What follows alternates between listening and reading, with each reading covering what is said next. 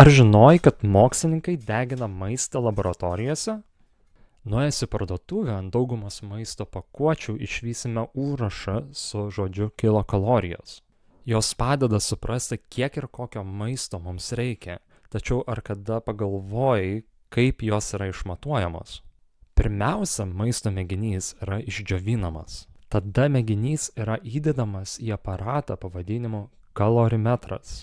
Jo sandari kamera yra pripildoma gryno deguonies, uždaroma ir įleidžiama į distiliuotą vandenį.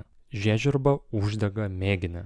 Jam degant išsiskiria šiluma, kuri sušildo aplinkui supantį vandenį. Išmatavus, kiek vandens temperatūra pakilo, galime nustatyti, kiek energijos buvo maiste. Kitaip tariant, kalorijos ant pakuotės atsiranda ne iš oro, o iš ugnies. Šį metodą galime pritaikyti net ir nevalgomom medžiagom, todėl mes žinome, kiek kalorijų yra plastike ar net urane.